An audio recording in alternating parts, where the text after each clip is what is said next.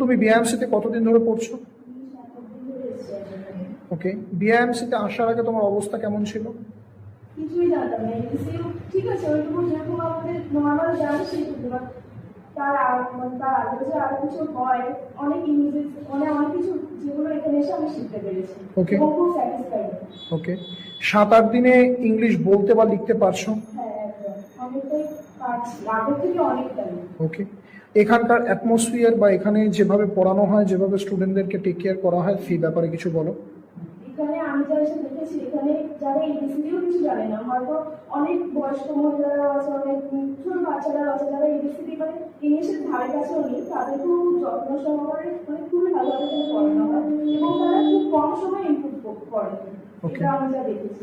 বিআইএমসিতে এসে তোমার কি টার্গেট? এখান থেকে তুমি কি হতে চাইছো? এখান থেকে আমি একটা ভালো job.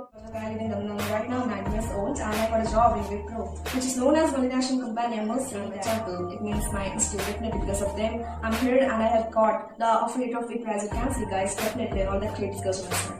And I must say that I remember that when I came here for doing class time, I was nothing, guys. I must say that I was nothing. I was very poor at speaking English. Even I didn't have any communication power. That's the main thing. But now, guys, after doing classes, after taking classes there, as you can see, I can speak English. Even I have the power of communication, as you can see, guys. Definitely, hats off my sir, hats off my parents. Because of them, right now, I'm speaking English. Because of them, and I have got the offer letter of Wipro, as you can see, guys.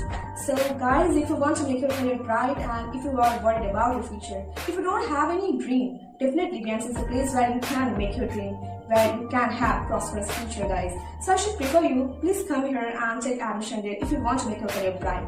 So thank you.